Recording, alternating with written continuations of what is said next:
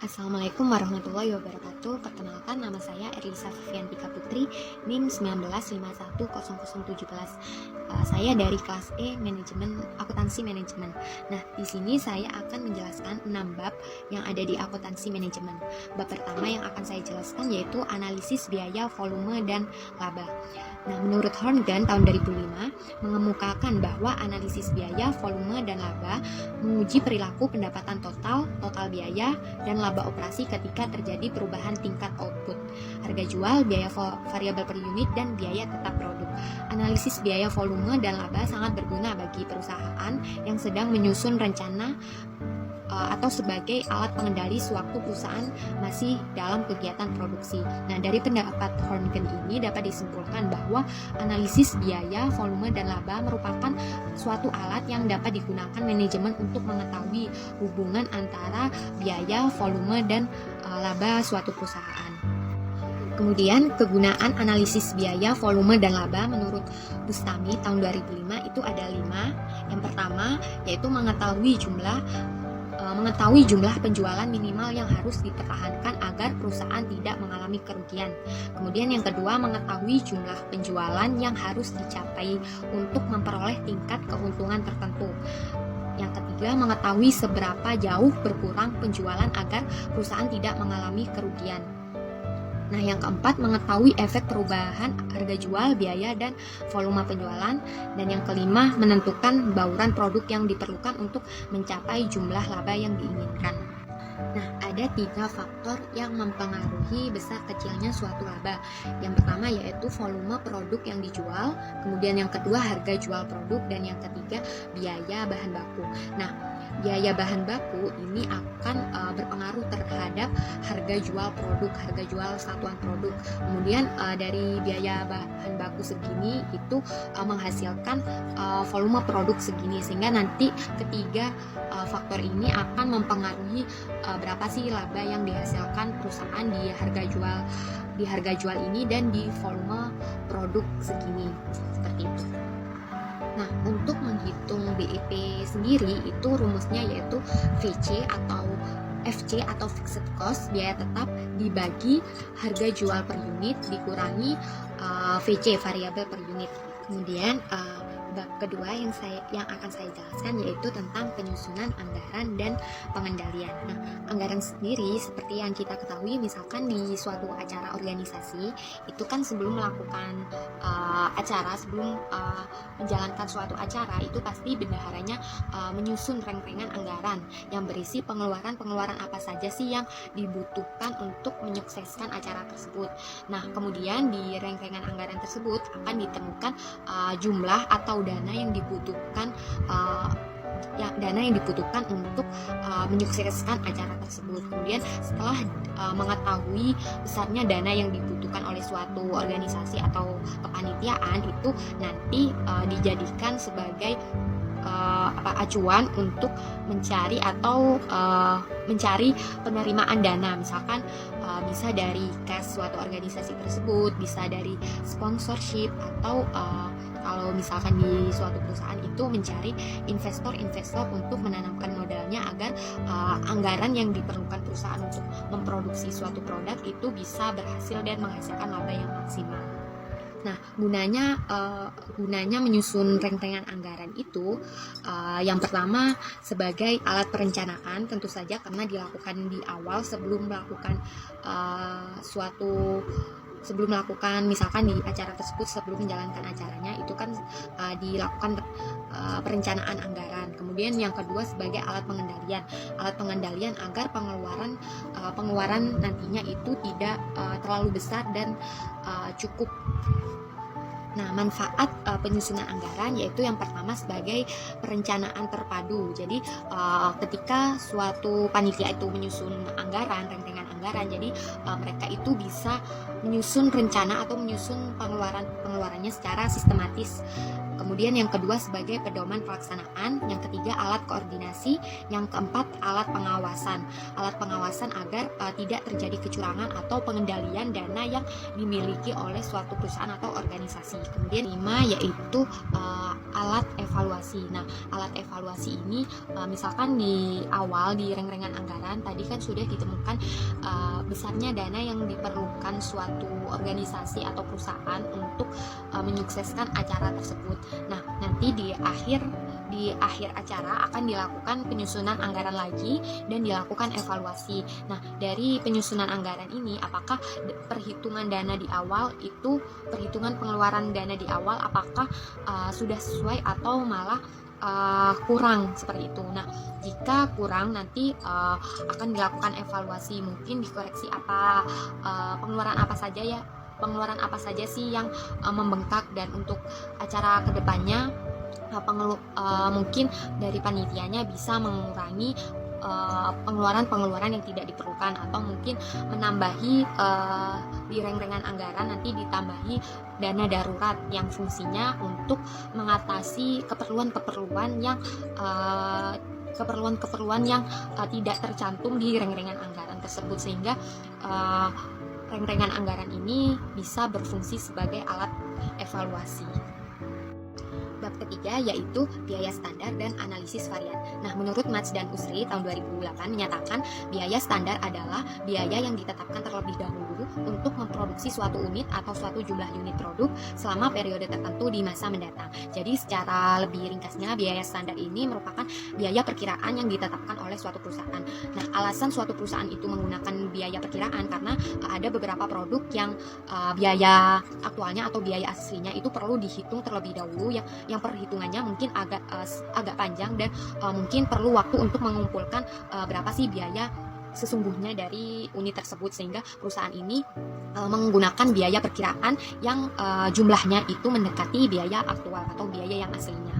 Nah, karena biaya standar ini berbeda dengan biaya aktual, mungkin entah itu lebih tinggi atau lebih rendah, maka akuntan ini melakukan penghitungan varian yang memisahkan perbedaan yang disebabkan oleh faktor-faktor seperti perubahan tingkat tenaga kerja dan biaya bahan baku. Kemudian nantinya akan dihitung lagi secara berkala, jadi dihitungnya bukan hanya sekali tapi beberapa kali untuk memperkirakan biaya standar ini agar selaras dengan biaya yang aslinya atau biaya aktual. Nah, komponen dalam biaya standar ini ada 3. Yang pertama, bahan langsung. Nah, bahan langsung ini diperoleh dari perkalian jumlah setiap bahan dengan biaya bahan per unit. Kemudian yang kedua, tenaga kerja langsung yang diperoleh dari perkalian jumlah tenaga kerja dikalikan dengan tenaga kerja per jamnya. Kemudian yang ketiga yaitu biaya overhead. Biaya overhead yang termasuk overhead tetap dan overhead variabel itu dihitungnya dengan mengalihkan kuantitas standar dengan tarif standar overhead variabel. Selanjutnya yaitu analisis varian dalam biaya standar. Nah, varians adalah perbedaan antara biaya yang sebenarnya atau biaya aktual dan biaya standar atau biaya perkiraan yang digunakan oleh suatu perusahaan untuk memperkirakan biaya tertentu. Nah, varians juga dapat digunakan untuk mengukur perbedaan antara penjualan yang sebenarnya dan penjualan yang diperkirakan atau penjualan yang diharapkan oleh suatu perusahaan. Dengan demikian, analisis varians dapat digunakan untuk meninjau kinerja pendapatan dan biaya. Bab 4 yaitu just in time, cost of quality, dan target costing. Nah, yang pertama yaitu just in time. Konsep dasar dari just in time merupakan memproduksi produk yang diperlukan pada waktu yang dibutuhkan oleh pelanggan. Jadi suatu perusahaan itu hanya memproduksi produk tersebut pada waktu tertentu saja yang dibutuhkan oleh pelanggan, dan jumlah dari produk yang diproduksi yaitu disesuaikan dengan kebutuhan dari pelanggan tersebut. Nah, tahap proses produksi di just in time ini dilakukan dengan cara paling ekonomis atau paling efisien melalui eliminasi pemborosan dan perbaikan secara terus-menerus. Kemudian ada cost of quality atau biaya kualitas. Nah, biaya kualitas itu merupakan biaya yang muncul untuk menangani suatu masalah yang terjadi pada kualitas produk. Biaya kualitas sendiri ada 4 komponen. Yang pertama yaitu biaya pencegahan. Nah, biaya pencegahan merupakan suatu biaya yang dikeluarkan untuk menangani pencegahan pada kualitas produk. Contohnya pelatihan karyawan, riset pasar, dan lain sebagainya. Nah, poin yang kedua yaitu biaya penilaian. Biaya penilaian ini sama seperti poin sebelumnya, sama seperti biaya pencegahan, tetapi biaya penilaian ini merupakan biaya yang dikeluarkan agar kualitas barang tidak mengalami suatu masalah. Nah, contoh dari biaya penilaian itu seperti BPUM pada suatu produk.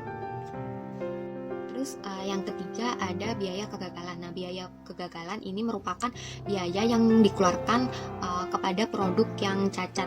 Contohnya itu biaya untuk perbaikan pada produk yang rusak.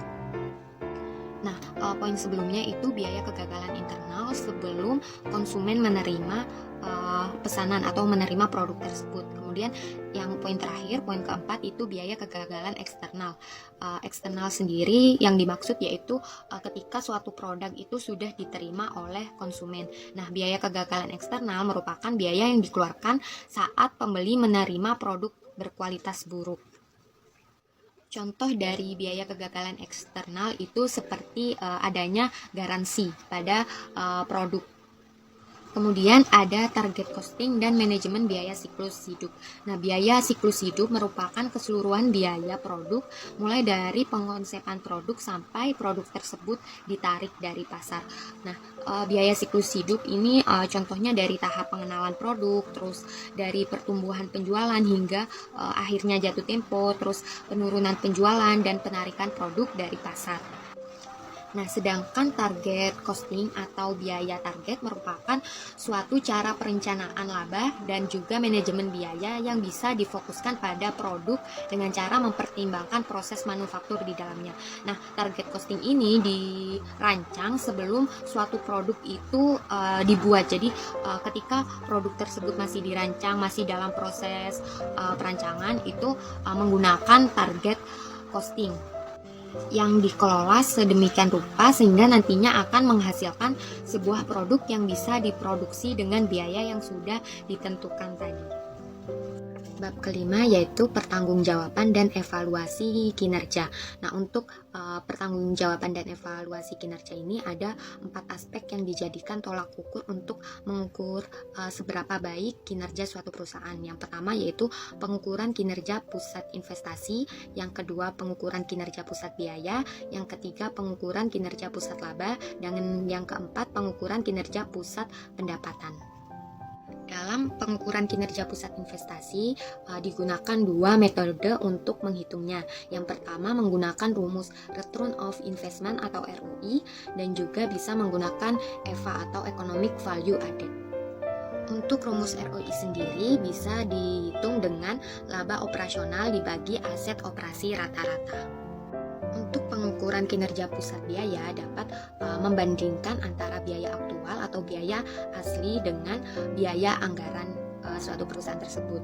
Kemudian untuk pengukuran kinerja pusat laba dengan membandingkan laba aktual dengan laba anggaran. Kemudian pengukuran kinerja pusat pendapatan dapat membandingkan pendapatan aktual dengan pendapatan anggaran. Bab ke-6 yaitu pengukuran dan pengimplementasian BSC atau Balance Scorecard.